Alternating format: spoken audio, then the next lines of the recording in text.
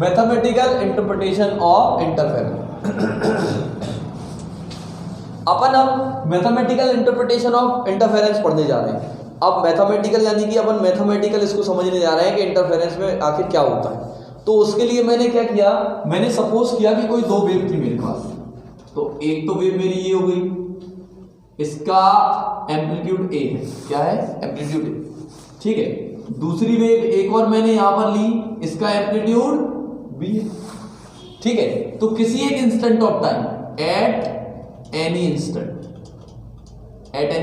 Of time T, at any instant of time T, जो पहली wave का जो डिस्प्लेसमेंट था वो था ए साइन ओमेगा टी, और उसी समय दूसरी वेव का डिस्प्लेसमेंट था B sine omega T plus five. अब हमने दो वेव सपोज की, दोनों के टी टाइम पर हमने दोनों को देखा। मैंने सपोज किया कि एक वेव थी जिसका एम्पलीट्यूड ए था, दूसरी वेव थी उसका एम्पलीट्यूड बी था। दोनों वेव्स किसी पॉइंट पर जाकर मिलती हैं। उस समय कितना था, टी, किसी एक इंस्टेंट ऑफ टाइम टी पर ये दोनों वेव जाकर मिलती हैं, और उस समय पहली वेव का जो डिस्प्लेसमेंट था वो कितना था, ए साइन ओमेगा टी, और दूसरी वेव का displacement B sine omega T plus five, यानी कि इन दोनों के बीच में कुछ फेज डिफरेंस था।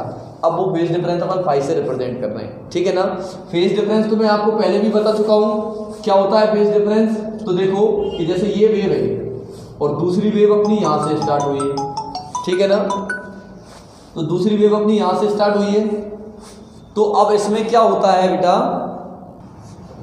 हाँ इसमें देखो जैसे इसका जो ये एक वेव थी और एक ये दूसरी वेव, अब इन दोनों वेव में डिफरेंस क्या हो रहा है, ये यहाँ जीरो से स्टार्ट हुई और ये जैसे इसको जीरो यहाँ मान लेते और ये इसका ये जीरो यहाँ, तो अपन को दिख रहा है कि इन दोनों के बीच में फेज डिफरेंस कितना है, 180 का। देखो यहाँ से लेके यहाँ तक का फेज कितना हो गया, 0, 90 और 180, यानी कि जब इसमें 180 मतलब जब इसमें 180 हो जाएंगे जब यहाँ पर वेव स्टार्ट हो। तो ये इस तरह से फेजेस में डिफरेंस होता है कि कितने डिफरेंस से वेव चल रही है, ठीक है ना। तो उसी को अपन फेज डिफरेंस बोलते हैं, उसको अपन ने पाई इमेजिन कर लिया यहाँ पर, ठीक है। अब अपन पढ़ते हैं यहाँ पर क्या, जैसे एक वेव हो गई y1 और एक दूसरी हो गई y2, मतलब इसका डिस्प्लेसमेंट y1 और इसका डिस्प्लेसमेंट, और ये t at time t instant पर ये दोनों वेव मिलती हैं, तो जो रिजल्टेंट वेव होगी उसका डिस्प्लेसमेंट y बराबर हो जाएगा y1 vector plus y2 vector, यानी कि जो रिजल्टेंट वेव बनेगी, जैसे किसी इंस्टेंट ऑफ टाइम पर ये दोनों वेव जाकर मिली, यहाँ पर टाइम t हो रहा था, इसका डिस्प्लेसमेंट यहाँ पर था y1 और इसका डिस्प्लेसमेंट y2, और दोनों ने मिलकर जो रिजल्टेंट वेव बनाई उसका डिस्प्लेसमेंट उस समय t समय पर कितना था, y था, ठीक है। इस तरह से अपन को ये मिल जाता है क्या कि किसी इंस्टेंट ऑफ टाइम t पर इसका डिस्प्लेसमेंट y1 इसका y2, तो ये दोनों मिलके जो वेव बनाएंगी उसका डिस्प्लेसमेंट उस समय पर y1 प्लस y2 हो जाएगा, ठीक है। ये किससे आया, y प्रिंसिपल ऑफ सुपरपोजिशन, ठीक है।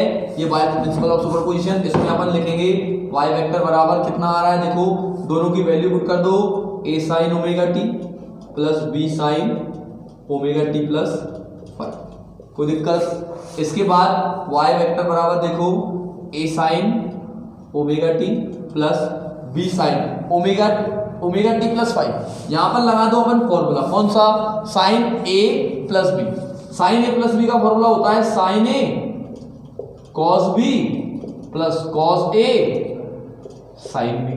ये फॉर्मूला जो मैथ्स के स्टूडेंट होंगे उन्होंने तो कई बार देखा होगा कि sine a plus B, sine a plus B का फॉर्मूला होता है sine a cos b plus cos a sine b। इस फॉर्मूले को अपन ने यहाँ पर अप्लाई कर दिया। इस फॉर्मूले को अप्लाई करने के बाद अब आगे देखो क्या होता है, हाँ आगे देखो क्या होता है कि y वेक्टर बराबर हम लिखते हैं, तो देखो a sine omega T plus b sine omega T cos five plus b cos omega T sine five, ये वैल्यू आ जाती है। इसके बाद हम एक और स्टेप बढ़ाएंगे, यहाँ से हम क्या कॉमन ले लेते हैं, हम यहाँ से साइन ओमेगा टी कॉमन ले लेते हैं, तो क्या बचेगा a plus B cos five, बाकी क्या आ गया common, sine omega T common इसमें से बच गया, plus b cos omega T sine five.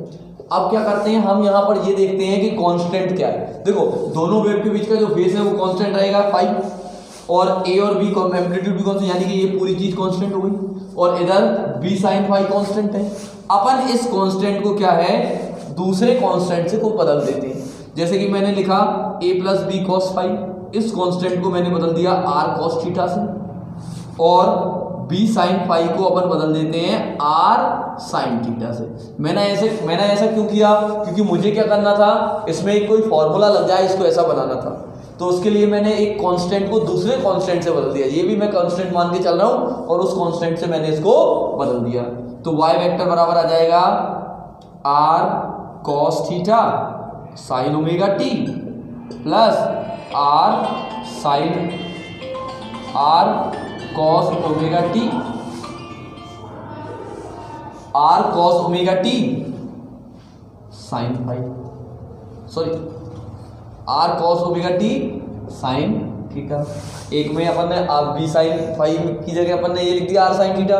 अब इसमें से r कॉमन आ रहा है, क्या आ रहा है? r कॉमन आ गया, क्या बचा? Sign A cos B cos A sine B, formula क्या हो गया? Sign omega T plus theta. ये अपनी हो गई रिजल्टेंट वेव की इक्वेशन। क्या हो गई? रिजल्टेंट वेव की इक्वेशन। ये अपनी रिजल्टेंट वेव की इक्वेशन आ जाती है। इस इक्वेशन में अगर आप देखोगे तो r क्या हो गया? एम्पलीट्यूड ऑफ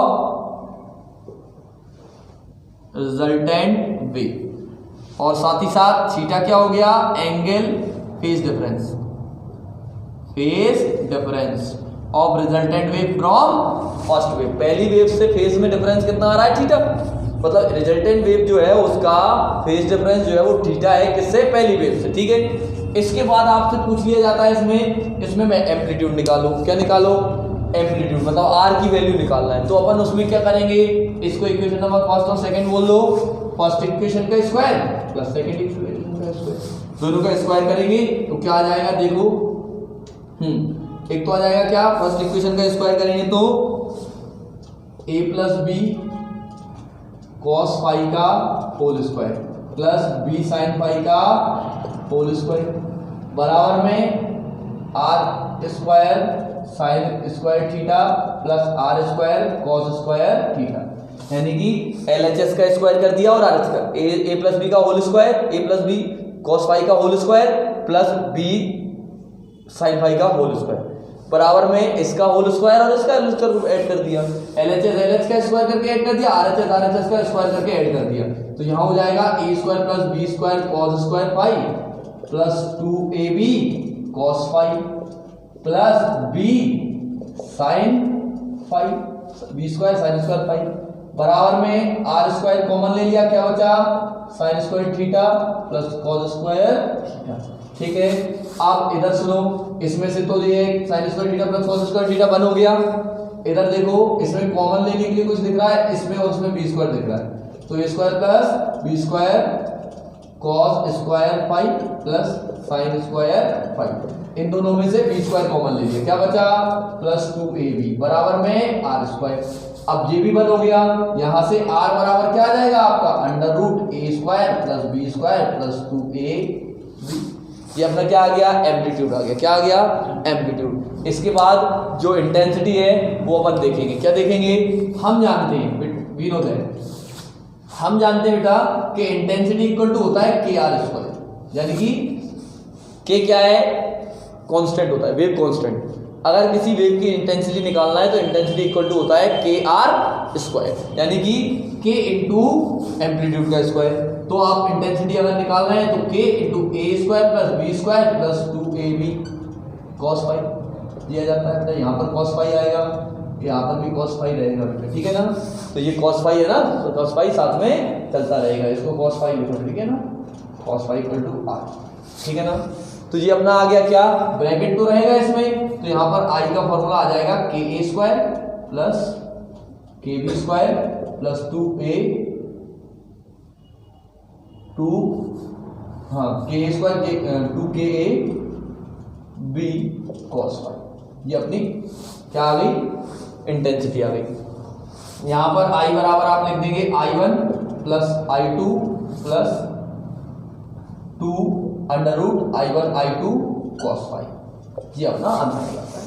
ये कैसे आता है बेटा? जैसे आपको देखो के स्क्वायर, पहली वेव का एम्पलीट्यूड ए है, तो पहली वेव की इंटेंसिटी क्या हो जाएगी? I1 बराबर के ए स्क्वायर और इसकी इंटेंसिटी क्या हो जाएगी, I2 बराबर KA स्क्वायर KB स्क्वायर।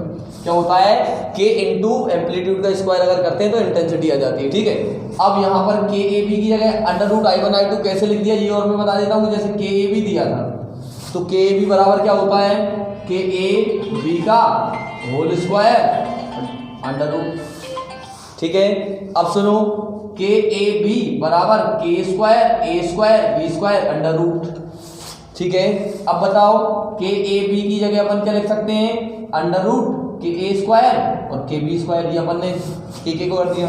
तो यहाँ से KAB की जगह आप लिख सकते हो √I1 I2। ये अपन अलग से पढ़ लेते हैं कि KAB की जगह अपन ऐसा कर सकते हैं और ऐसे की जगह आप ऐसा लिख सकते हो, स्क्वायर कर दिया अंदर सब में, और इसके अलावा आप इस तरह से इसको लिख सकते हो और इसके अलावा ऐसे लिख सकते हो। तो यहाँ पर ये इसकी वैल्यू हो जाती है। अब इसके कंस्ट्रक्टिव और डिस्ट्रक्टिव इंटरफेरेंस जो है कि इनमें कैसे इसको यूज करेंगे वो अपन आगे देखेंगे, ठीक है।